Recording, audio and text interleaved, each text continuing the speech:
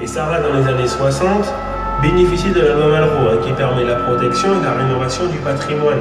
Donc tout ce que vous voyez ici aujourd'hui est classé. Sarlat est la ville en France qui a le plus de monuments classés au mètre carré.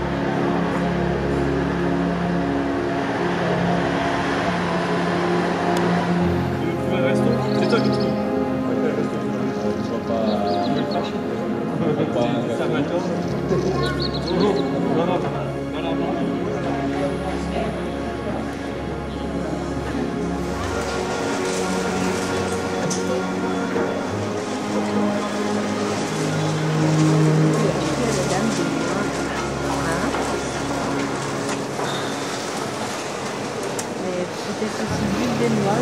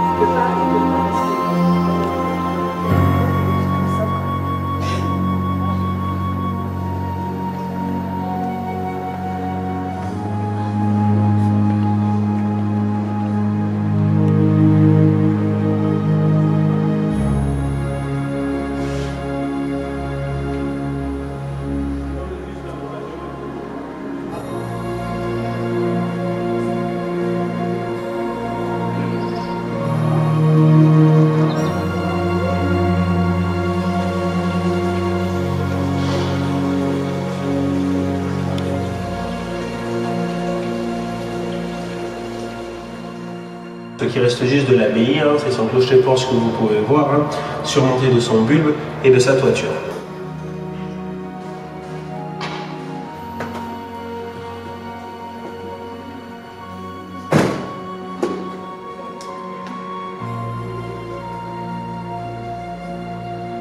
Il faut savoir qu'ensuite des gens ont commencé à construire autour, comme vous pouvez le voir, et ils ont aussi également construit une fortification autour de la cité car il fallait aussi également se protéger en cas de guerre. Donc on a construit des remparts.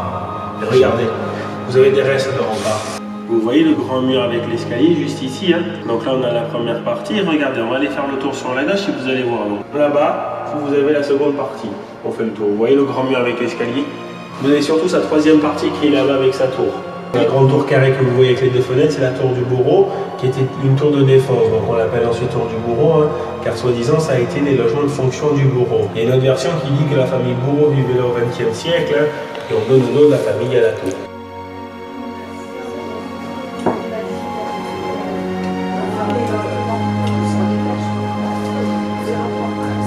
Le temps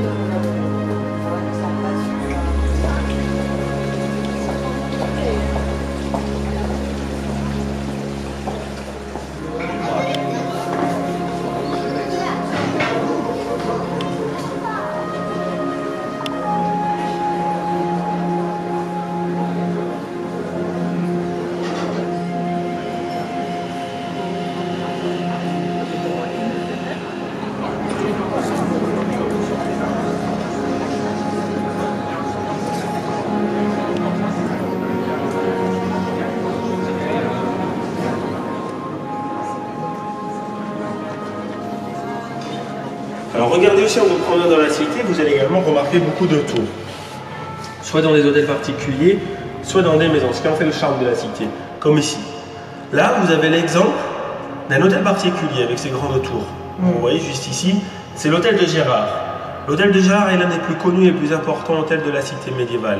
Il appartenait à la famille Dubarry, famille très noble et très influente.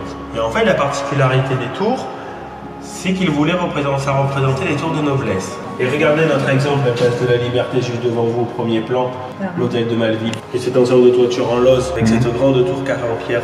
Et vous la voyez, la tour, elle est également très imposante aussi. Vous avez encore un troisième exemple, là-bas au fond, avec cette tour pointue en ardoise, qui est la tour du Guet, qui fait partie de l'hôtel de Saint-Clar. Et là, on est sur une tour circulaire. Et donc, toutes ces familles de nobles, ils éduquaient leurs enfants, vu qu'ils en avaient les moyens. Par contre, l'éducation se faisait uniquement par des religieux ou des religieuses à l'époque. C'est pourquoi, ça, là, au XVIIe siècle, vous avez l'abbaye Sainte-Claire qui se crée. Ce grand bâtiment en forme de L avec les arcades. Mais ce sont les religieuses de Saint-Clair, les Clarisses, qui s'y installent et qui permettaient à l'éducation des jeunes filles de familles de nobles. Et il fallait aussi également les jeunes garçons. Juste à côté, ce grand bâtiment qui est là en pierre, qui était le cloître des Récollets. C'est devenu aujourd'hui une école primaire qui s'appelle Jules Ferry, et l'abbaye Sainte-Claire, c'est devenu des logements sociaux.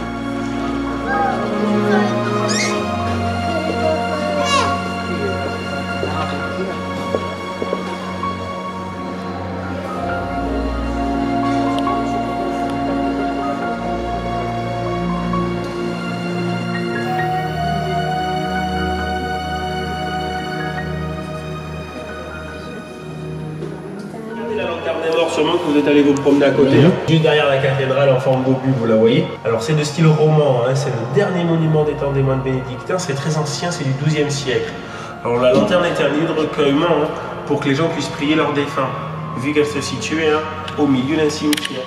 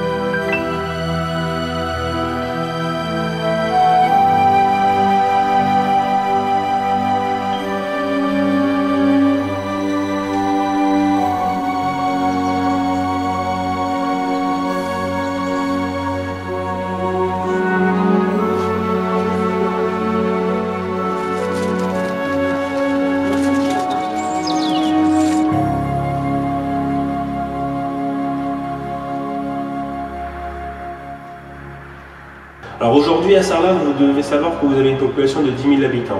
Vous avez 600 personnes qui vivent à l'année à Sarlat, dans la cité médiévale. Comparé au Moyen-Âge, nous sommes montés à 6 000 personnes dans cette cité. Aujourd'hui, vous avez 2 millions de visiteurs par an.